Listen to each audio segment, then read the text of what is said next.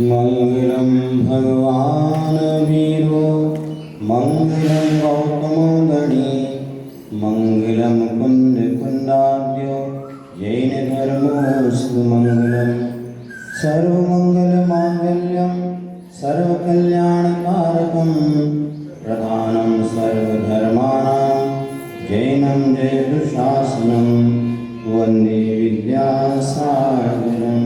बोले अहिंसा परमो धर्म की, शासन नायक भगवान महावीर स्वामी की, आचार्य भगवान श्री कुंद कुंद महाराज की, आचार्य गुरुवर श्री विद्यासागर जी महाराज की, पूज्य आचार्य श्री समय सागर जी महाराज की,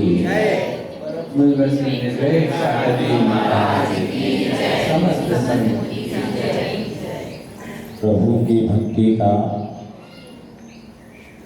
अद्भुत दृश्य चल रहा है और सभी श्रद्धालु महाराज और भैया जी के साथ मिलकर के समोसन विधान कर रहे हैं। प्रभु की भक्ति को सार्थक करने के लिए हमें और भी पुरुषार्थ करने की आवश्यकता है। सो कल आपके समक्ष एक बात रखी थी कि हमें यदि जीवन का लक्ष्य हमारा यही है कि प्रभु जैसे आप सुखी बने वैसे मुझे भी सुखी बनना है, जैसे आप संसार के बंधनों से मुक्त हो गए वैसे मुझे भी मुक्त होना है।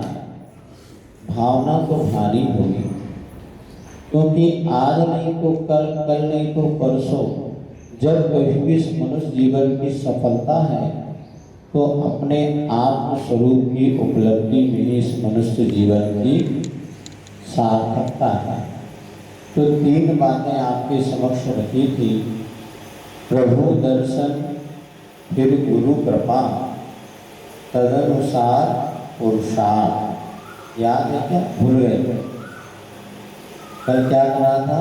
एक दोहा सुनाया था ना, प्रभु दर्शन फिर गुरु कृपा तदनुसार पुरुषार्थ। दुर्लभ जग में 3 ये मिले सार परमार्थ। सच्चे प्रभु का मिलना बहुत दुर्लभ है। इसके बाद गुरु का मिलना और दुर्लभ है। फिर तीसरी बात है तदनुसार पुरुषार्थ। जैसा हमें मार्ग गुरु बताते हैं उसके अनुसार चलना बहुत दुर्लभ है। लेकिन इतना मानना कि जब तक हम अपनी यात्रा प्रारंभ नहीं करेंगे तब तक मंजिल का मिलना संभव नहीं। भले कछुए की चाल चलो, सुन रहे? काय की चाल चलो? कछुए की चाल चलो, किंतु चलना तो प्रारंभ करो, करना ही पड़ेगा। तुम्हारा कौन से रास्ते पर चले जिससे हमारा जीवन बहुमूल्य बने। आचार्य महाराज ने मूक माटी में बहुत अच्छा प्रसंग दिया है कि जब माटी को कुंभ बनाने के लिए शिल्पी उस माटी को लेकर के आता है और उस माटी को कूद करके बारीक तार बारीक चालनी से छानता है। सुन रहे हैं? कोई इधर सुनो भैया, तो माता क्या कहा? वह माटी को छानता है तो होता है कि ऊपर तो कंकर पत्थर रह जाते हैं और नीचे माटी चली जाती है। जो मृदु माटी थी वो तो नीचे चली गई और ऊपर जो कंकर पत्थर रह गए वो शिल्पी पर नाराज होते हैं कि तुमने हमें माँ माटी से पृथक क्यों कर दिया। तो शिल्पी कहता है जिस मठघट या शिल्प का मैं निर्माण करने जा रहा हूँ वो मृदु माटी से तो निखरता है किंतु कठोर कंकरों से बिखरता है। और दूसरी बात ये है माटी के साथ तो तुम रहे, किंतु तुमने माटी के गुण धर्मों को अंगीकार, माटी में थोड़ा सा पानी डालो तो माटी हलवे के समान मृदु बन जाती है। इन कंकरों में कितना भी पानी डालो उनमें कभी मृदुता, इतना ही नहीं, चलती चक्की में डाल के पीस दो, रेतिल तो बन जाते हैं किंतु कभी मृदुता उनमें नहीं आती। साधु की संगति का प्रभाव ये होना चाहिए हमारे जीवन में भी संयम की वृद्धि हो। अब देखो, कल आप सब लोगों ने देखा भैया जी ने विधान कराया तो कितने बार भोजन किया? कल भैया जी का उपवास था, नहीं था? बोलो। और तुम लोगों ने क्या किया? कितने बजे रात तक लिया बताओ? अब देखो, ये विचार करना, पहली बात तो विधानाचार मिले और कोई त्यागी व्रती मिल जाए, ये कितने पुण्य की बात है। और मुनि रात का सानिध्य मिल जाए, पुण्यशाली का इसमें कोई दोमत नहीं है, लेकिन पुण्य का सदुपयोग कितना करते हैं ये हमारे भाग्य के ऊपर।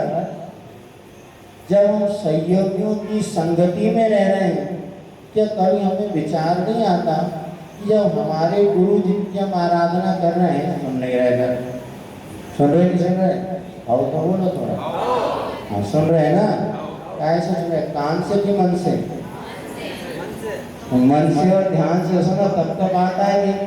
अब देखो, जिन गुरु की हम आराधना कर रहे हैं, जिन भैया जी के या सानिध्य में हम विधान कर रहे हैं, जब वो 24 घंटे में एक बार भोजन पानी करके अथवा बिना भोजन पानी किए भी जब उनका जीवन चल सकता है, तो क्या हमारा बिना रात में खाए जीवन नहीं चल सकता?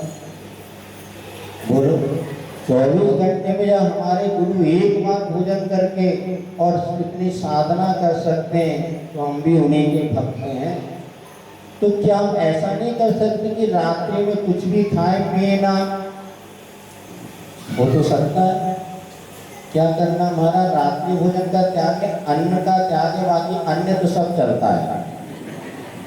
मेरा दाल रोटी नहीं चलती, रबड़ी और बाकी तो मार दाल सब चलता है, केले के चिप्स नहीं महाराज, आलू के भी चल जाते हैं, आपको पता नहीं। साबुदाने के लिए और बिना ये तात्कालिक। अब देखो, विचार ये करना कि संतों की संगति का ये प्रभाव होना चाहिए हमारे जीवन में, कुछ ना कुछ त्याग संयम की प्रवृत्ति आनी। तो वहाँ पर जो कंकड़ जो थे रोने लगे और माटी से कहा हमें ऐसा मंत्र दो जिससे हमारा जीवन हीरे के समान बहुमूल्य बने। कैसा बने?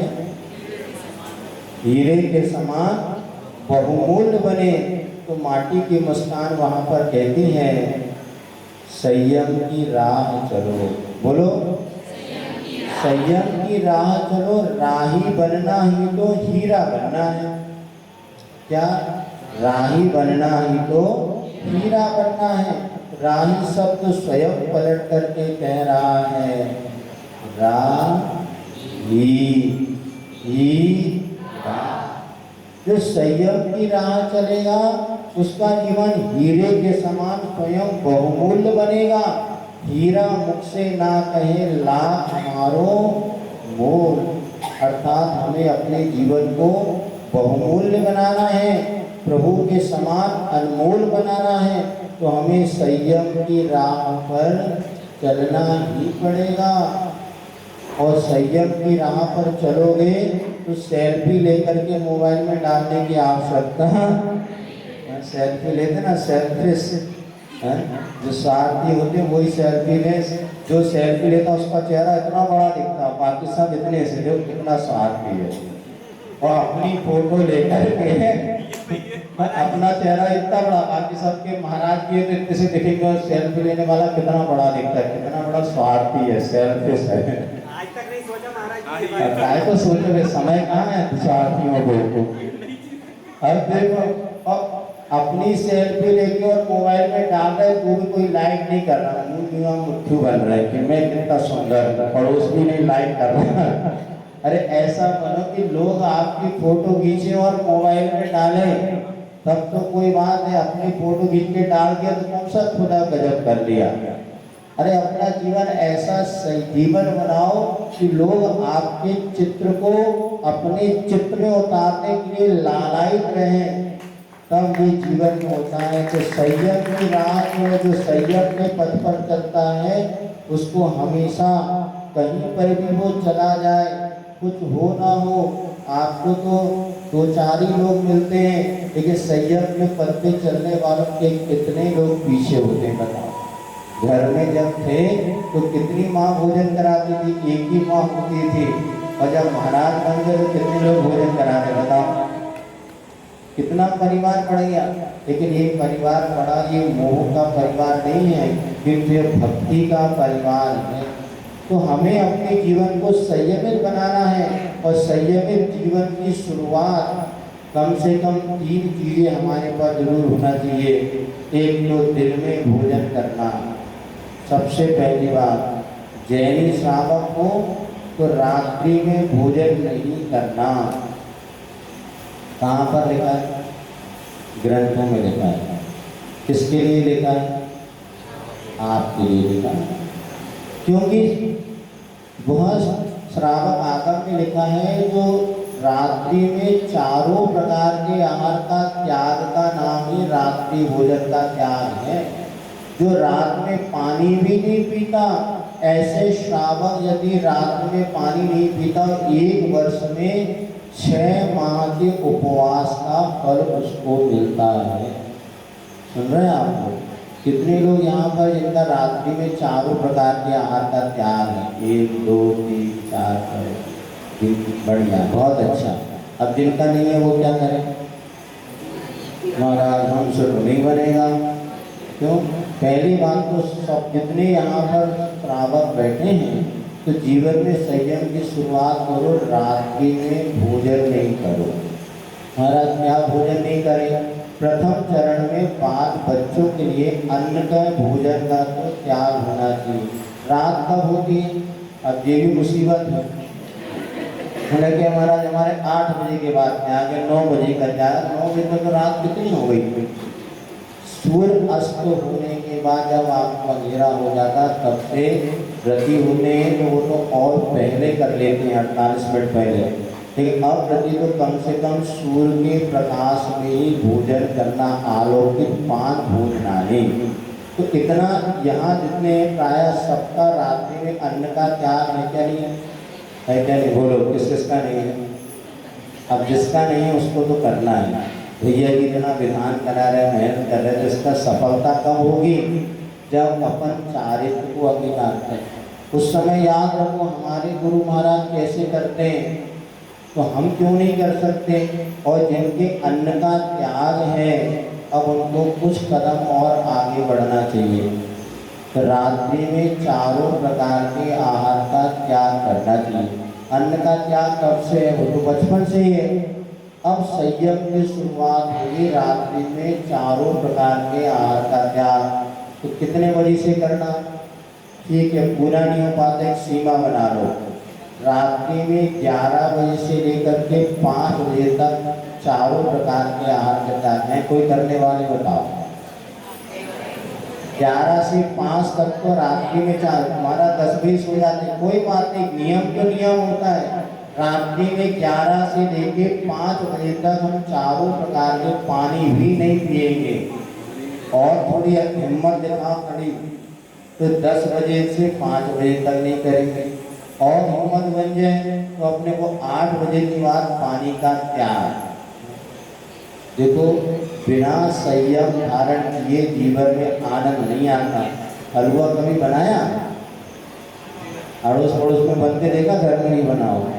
हलवे में पहले आटा बनाया जाता है, घर में बनता है। आटा बना होता है, आटे को सेका जाता है। जब आटे को घी डाल के सेकते हैं तो 4 घर में खबर पहुंच जाती कि अड़ोस पड़ोस में कोई हलवा बन रहा है। तो हलवे में सुगंधी कैसे आई?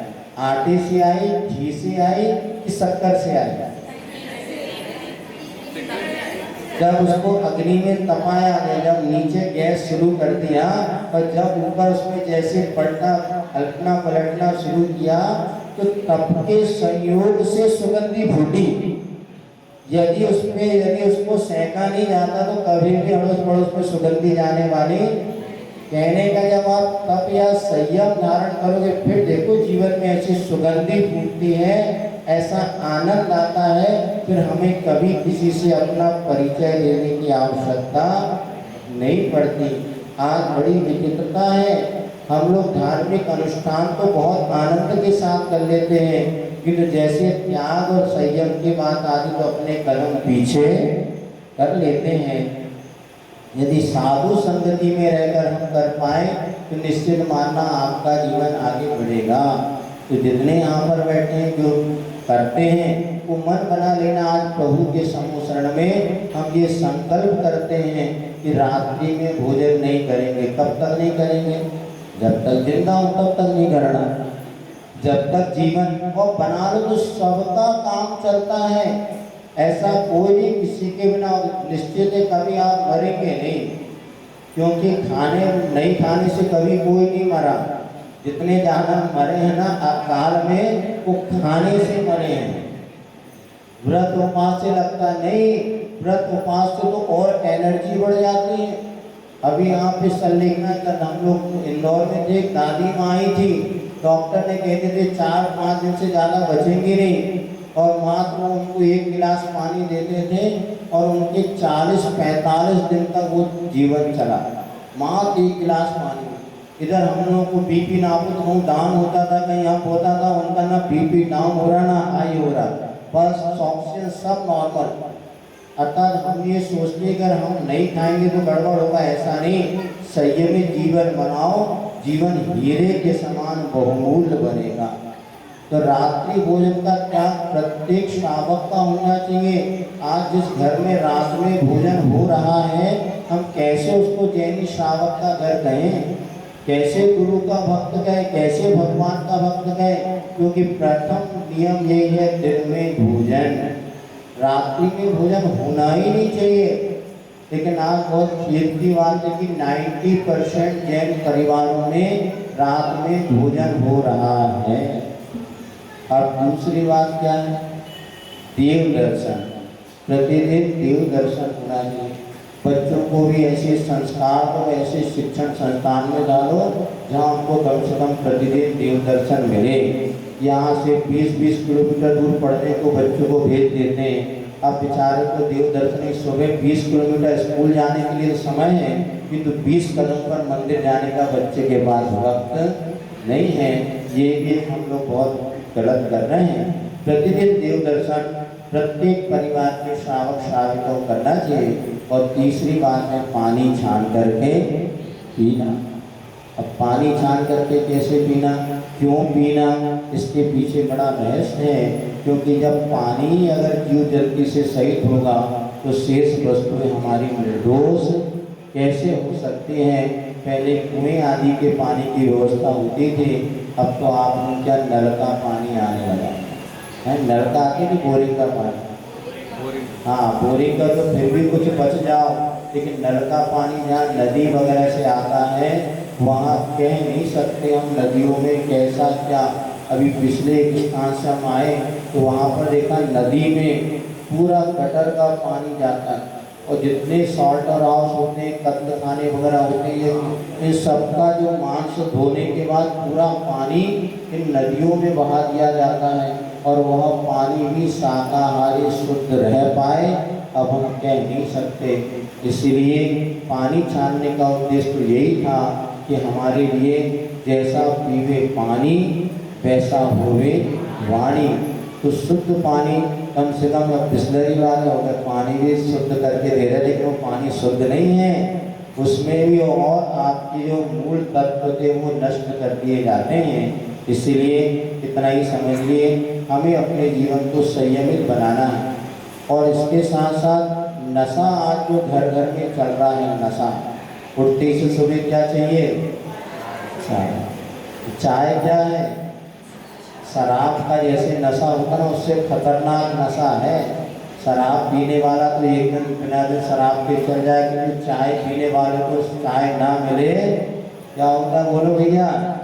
जिन्होंने त्याग किया भी 2-3 दिन से घूम रहा है, मगर महाराज अभी तो सिर दुख रहा। अरे दीपावली की सफाई होती तो क्या होता है बताओ, 3 दिन घर में बैठने की इच्छा होती क्या। जब दीपावली की सफाई होती ना आपके यहाँ, तो 2-3 दिन घर में कैसा मचा मचा लगता है। तो साफ सुथरा हो जाए तो कितना अच्छा लगता है, तभी तो लक्ष्मी आती है। तो शरीर को भी 3 दिन साफ सफाई होने में लगेगा। अभी तक बहुत नशा कर लिया ऐसा, चाय पी पी करके शरीर में एक नशा ऐसा जहर घुल गया, उसको निकालने में वक्त लगता है। वो गुरु महाराज के सानिध्य में निकलेगा कोई निकलेगा, बाकी दुनिया की कोई ताकत। नशा एक ऐसी चीज है, ये चाय का नशा घर घर में अच्छे अच्छे 70-70 साल की दादियाँ महाराज सब छुड़वा दो, किंतु चाय नहीं छोड़ सकते। इसीलिए नशे की प्रवृत्ति, जो चाय पीता कभी व्रत नहीं कर पाता, उपवास नहीं कर पाता, लेकिन जिसने चाय जैसा नशा छूट जाए तो हमारे जीवन में संयम की शुरुआत होगी। हम सब संयम में बढ़ेंगे, तभी हमारा जीवन बहुमूल्य बनेगा।